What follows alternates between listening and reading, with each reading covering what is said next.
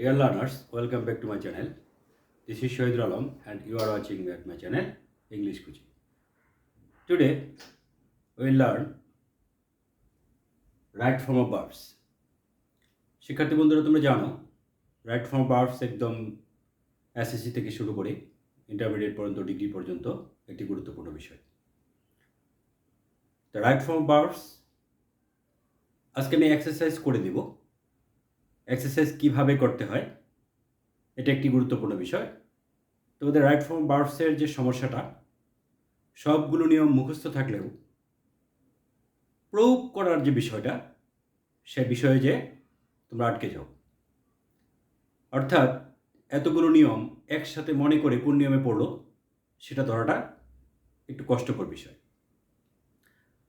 যার জন্য right form ভার্বসের নিয়মগুলোকে আমার আগের ভিডিওটা যদি তোমরা দেখো বেসিক ক্লাসে দেখবে রাইট ফর্ম ভার্বসের নিয়মগুলোকে আমি 5টা ভাগে ভাগ করেছি প্রয়োগের স্বার্থে, অর্থাৎ কোন নিয়মটি প্রথম প্রয়োগ করার চেষ্টা করব, কোন গ্রুপের নিয়মটি। 5টি ভাগ কী কী? প্রথমেই দেখতে হবে ব্র্যাকেটের পূর্বের শব্দ দ্বারা আমার এই ভার্বের ফর্মটা নির্ধারণ করতে পারি কিনা। তারপরে দেখতে হবে টেন্স নির্দেশক কোনো শব্দ আছে কিনা সেন্টেন্সে যেটা দ্বারা ভার্বের ফর্মটি নির্ধারণ করা যায়। তারপর দেখতে হবে কনজাংশন আছে কিনা, যে কনজাংশন দ্বারা আমার ভার্বের ফর্মটি নির্ধারণ করতে পারি। তারপরেও যদি না পারি তাহলে দেখতে হবে সাবজেক্ট ভার্ব অবজেক্টের আগে বা পরে উইদাউট এনি কনজাংশন এবং সাবজেক্ট কোনো ভার্ব আছে কিনা। যদি থাকে, অর্থাৎ সিম্পল সেন্টেন্সে যদি একটা সাবজেক্ট একটা ফিনিট ভার্বের পরে বা আগে একটা ভার্ব থাকে, সেই ভার্বটাকে ইনফিনিটিভ বা জিরান করতে হয় বা প্রেজেন্ট পার্টিসিপল করতে হয়, তার টু যুক্ত করতে হয় বা আইএনজি যুক্ত করতে হয়, আমরা জানি। এই গ্রুপটা দেখব। এই 4টি গ্রুপ হলো গতানুগতিক নিয়ম। এই 4টি গ্রুপের বাইরে যায় যে কাজটা করতে হবে, যদি এই 4টি গ্রুপে না পড়ে তখন আমি কি করব, তখন দেখব সাবজেক্ট ভার্ব অবজেক্ট আছে, কোনো নিয়মেই পড়ে নেই। তখন কি দেখতে হবে বন্ধুরা? দেখতে হবে এই ঘটনাটি সবসময় একইভাবে ঘটে না হঠাৎ একবার ঘটেছিল। যদি সবসময় একইভাবে ঘটে তাহলে প্রেজেন্ট ইনডিফিনিট টেন্স ধরতে হবে। যথারীতি একটি বয়সে ভার্বের প্রেজেন্ট ফর্ম, বায়াস ব্যাস যুক্ত ফর্ম, পেসিভ বয়সে অ্যামিজার প্লাস ভার্বের পাস্ট পার্টিসিপল ফর্ম। আর যদি বুঝে যায় না এই ঘটনাটা, অর্থাৎ সাবজেক্ট আছে, ভার্ব আছে আর অবজেক্ট আছে, আর কোনো নিয়মে পড়ে নেই, যদি বুঝে যায় যে না এটা হঠাৎ একবার ঘটেছিল কাজটি, তাহলে আমাকে কি করতে হবে? ধরতে হবে পাস্ট ইনডিফিনিট টেন্স। তো পাস্ট ইনডিফিনিট টেন্স হইলে কি করতে হবে? দেখতে হবে একটি বয়স না পেসিভ বয়স, অর্থাৎ প্রথম ব্যবহৃত ব্যক্তি বস্তু কাজটি করতে পারে না। যদি পারে, অর্থাৎ একটি বয়স হয়, আমরা ভার্বের পাস্ট ফর্ম দিব। আর যদি না পারে, অর্থাৎ পেসিভ বয়স হয়, তাহলে দিতে হবে ওয়াজ ওয়ার প্লাস ভার্বের পাস্ট পার্টিসিপল ফর্ম। এইভাবে যদি নিয়মগুলো প্রয়োগ করার চেষ্টা করি তাহলে সহজেই আমরা ধরতে পারবো কোন নিয়মে পড়লো ভার্বের ফর্মটা কী হবে। আমি আজকে নিয়মের প্রথমে গ্রুপে ফেলবো, পরে নিয়মে ফেলবো, ফেলার পরে ভার্বের ফর্মটা নির্ধারণ করব। দেখো আমি কিভাবে কাজটি করি। আর ভিডিওটি যদি ভালো লাগে আমার চ্যানেলটি সাবস্ক্রাইব করার অনুরোধ রইল, তোমাদের বন্ধুদের সাথে শেয়ার করার অনুরোধ রইল। একটু কমেন্টস করে জানাবে কেমন লাগলো ভিডিওটি, কেমন লাগলো ক্লাসটি। তো চলো আমরা কীভাবে রাইট ফর্ম ভার্বসটি করি হাতে কলমে একটু শিখি, তাহলে আমরা অন্য রাইট ফর্ম ভার্বসও করতে পারবো। দেখো কি বলা আছে প্রথম, air be an important element of the environment. তারপরে বি এর মধ্যে একটা ব্র্যাকেট আছে, আমাকে কি করতে হবে? বিটাকে পরিবর্তন করতে হবে। তো বিটাকে পরিবর্তন করার আগে আমাকে জানতে হবে বি থেকে কি কি পাই। বি থেকে আমরা যদি সাবজেক্ট বি আর অবজেক্ট থাকে তখন বি থেকে সবসময়ের ঘটনায় বা প্রেজেন্টের ঘটনায় আমরা এমিজার পাবো, পাস্টের ঘটনায় ওয়াজ ওয়ার পাবো। কিন্তু এই বিটাই যদি আনরিয়েল পাস্ট হয় ওয়ার পাবো, এই বিটাই যদি সেন্টেন্সের শেষে ফর বা সিন্স দ্বারা সময় উল্লেখ থাকে তাহলে হ্যাভ বিন বা হ্যাজ বিন পাবো। এই বিষয়টা মাথায় রাখতে হবে। তাহলে এখানে বি এর যে নিয়মগুলো 5টা নিয়ম আছে আমার বেসিক ক্লাসে একটু দেখে নিও। তাহলে বি এর 5টা নিয়ম থেকে কোনটায় পড়লো? সাবজেক্ট বি অবজেক্টে পড়লো। তাহলে কি করতে হবে? দেখতে হবে কোন সময়ের ঘটনা। তাহলে air an important element of environment, এটা কি আগের ঘটনা ছিল না এখনো? এখনের ঘটনা, আগের ঘটনা, সবসময়ের ঘটনা। তাহলে কি হবে? বি থেকে এম ইজ আর হবে। তাহলে এ আর এর পরে নিশ্চয়ই আমরা কি দিব? এখানে এ আর এর পরে ইজ দিয়ে দিব। এ আর এর পরে কি করবো আমরা এখানে? নিশ্চয়ই বি থেকে কি পাবো বন্ধুরা? ইজ পাওয়া যাবো। তাহলে air is an important element of the environment, but it is constantly being pollute. দেখো, এখন পলিউট মূল ভার্ব আছে আমার। আমি শুরুতেই বলেছিলাম মূল ভার্বে যদি ব্র্যাকেট থাকে প্রথমেই দেখতে হবে ব্র্যাকেটের পূর্বের শব্দ দ্বারা আমি নিয়মে ফেলতে পারি কিনা। যদি পারি তাহলে অন্য কিছু দেখার সুযোগ নাই, দরকারও নাই। আমি অর্থ কম পারি তাও চলবে।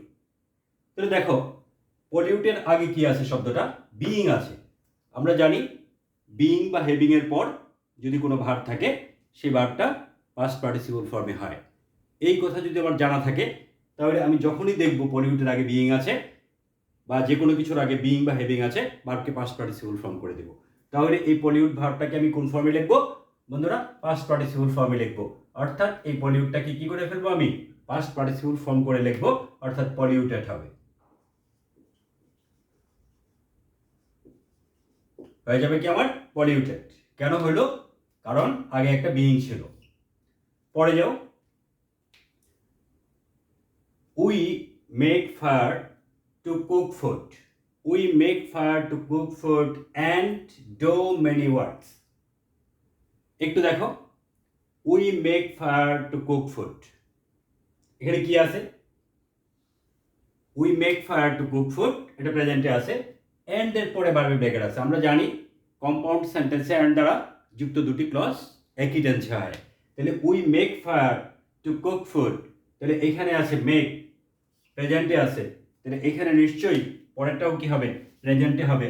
অর্থাৎ এখানে ডোটা কি থাকবে? ডোই থাকবে। কেন থাকলো? কারণ কম্পাউন্ড সেন্টেন্সে সাধারণত এন্ড দ্বারা দুটি ক্লজ একই টেন্সে হয়। উই মেক, এটা প্রেজেন্ট ফর্ম আছে, এন্ডের পরে সাবজেক্টটা সাইলেন্ট আছে, তারপরে ভার্বটা কি হবে? ভার্বটা উই অনুসারেই হবে। তাহলে ভার্বের প্রেজেন্ট ফর্ম হবে, ভার্বের প্রেজেন্ট ফর্ম হবে। তার মানে কি লিখবো আমরা এখানে? We make fire to cook food and এই ডো এর পরিবর্তে ডোই লিখবো, কারণ এটা প্রেজেন্ট ফর্মেই থাকবে। This fire emit smoke which contaminate air.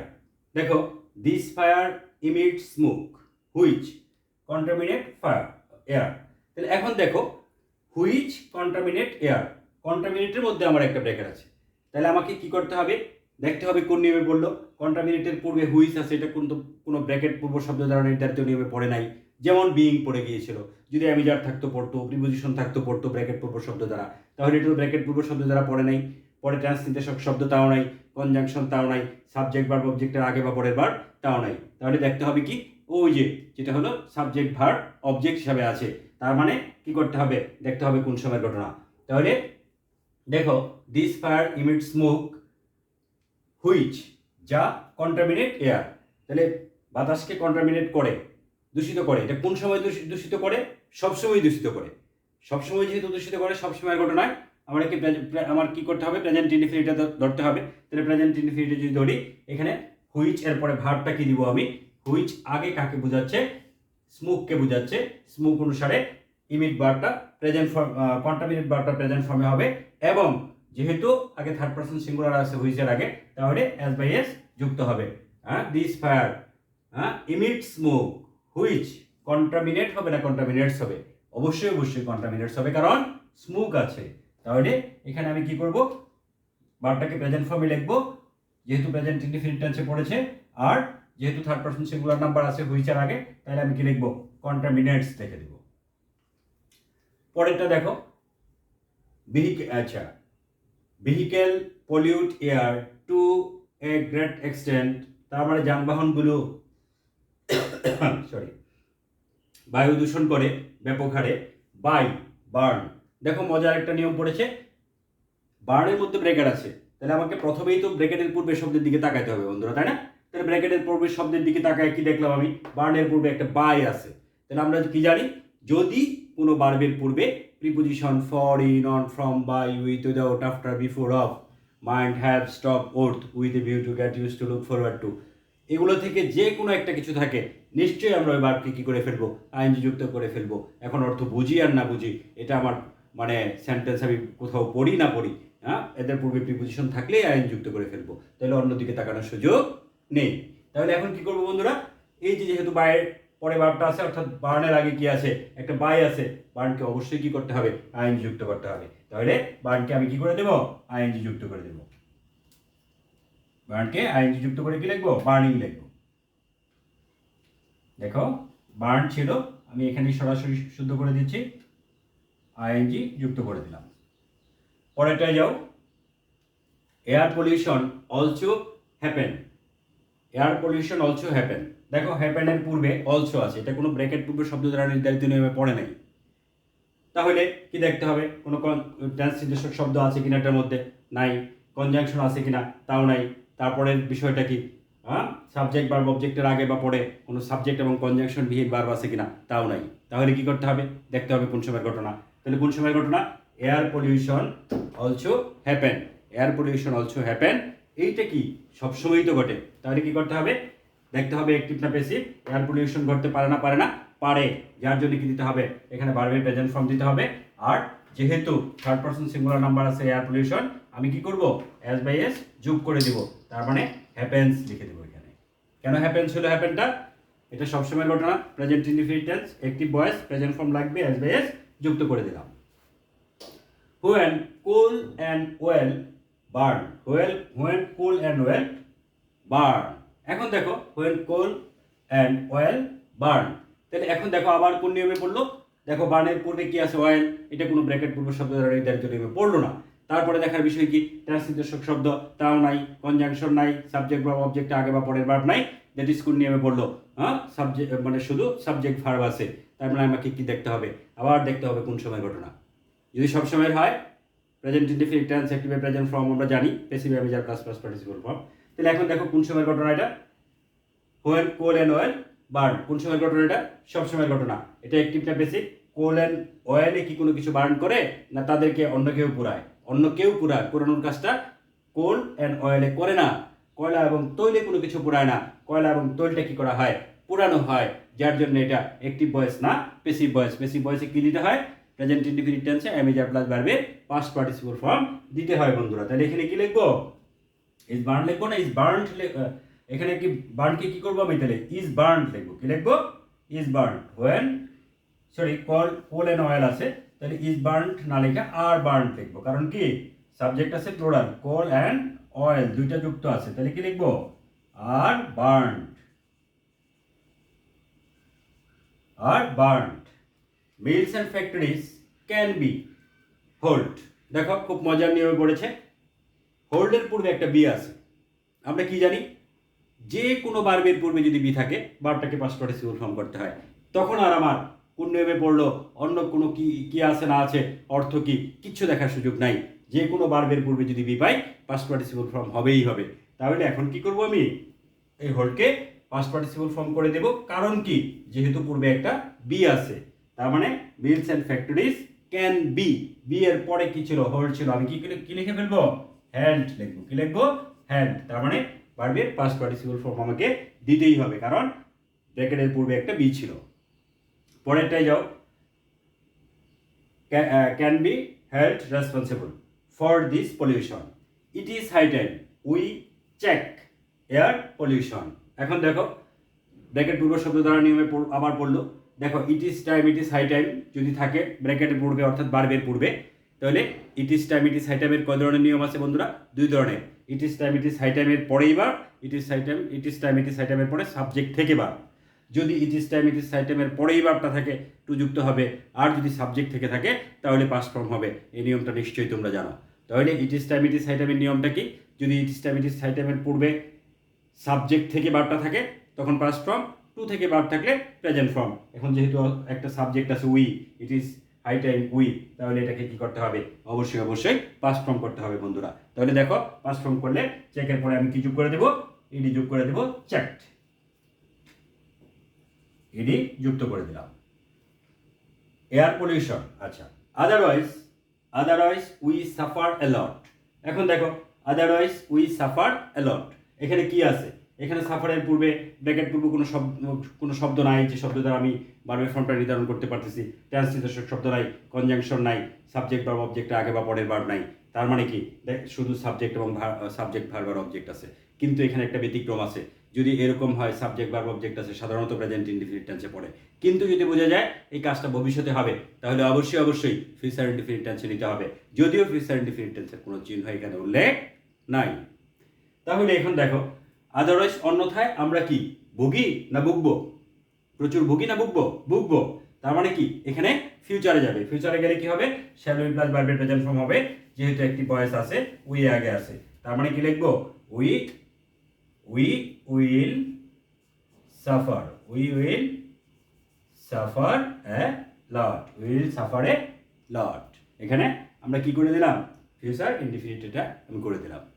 তাহলে এখন দেখো এই যে প্রত্যেকটা ভার্বের ফর্ম আমি নির্ধারণ করলাম, প্রতিটা ক্ষেত্রে আমার মাথায় একটা বিষয় ছিল, যেটা হলো প্রথমেই আমি নিয়ম প্রয়োগ করার সময় দেখব ব্র্যাকেটের পূর্বের শব্দ দ্বারা নিয়মে পড়লো কিনা। এখানে কিন্তু বেশ কয়েকটা পড়েছে।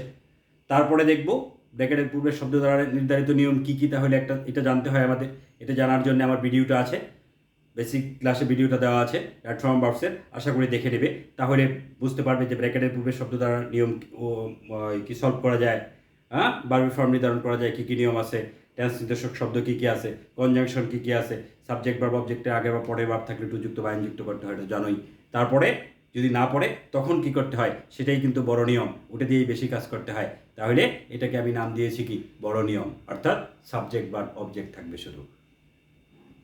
ইন্টারমিডিয়েটে এবং এসএসসিতে বেশিরভাগ থাকে সাবজেক্ট ভার্ব আর অবজেক্ট, গতানুগতিক নিয়মে পড়ে না। যদিও এটা বেশ কিছু বিষয় গতানুগতিক নিয়মে পড়েছে, বেশিরভাগ ক্ষেত্রে কিন্তু গতানুগতিক নিয়মে পড়ে না।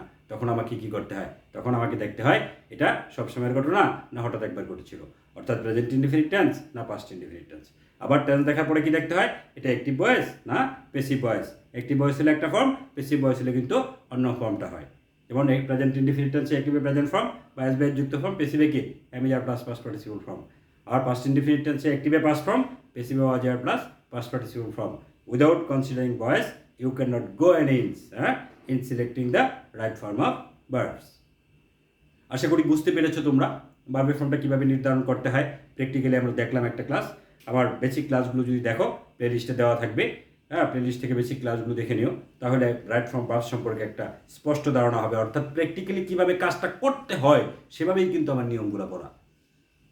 বইয়ে নিয়ম আছে অনেকগুলো, কিন্তু প্রয়োগের যে বিষয়টা, সে বিষয়টা কোনটার পরে কোন নিয়ম প্রয়োগ করতে হবে এই বিষয়গুলো বইয়ে লেখা নেই।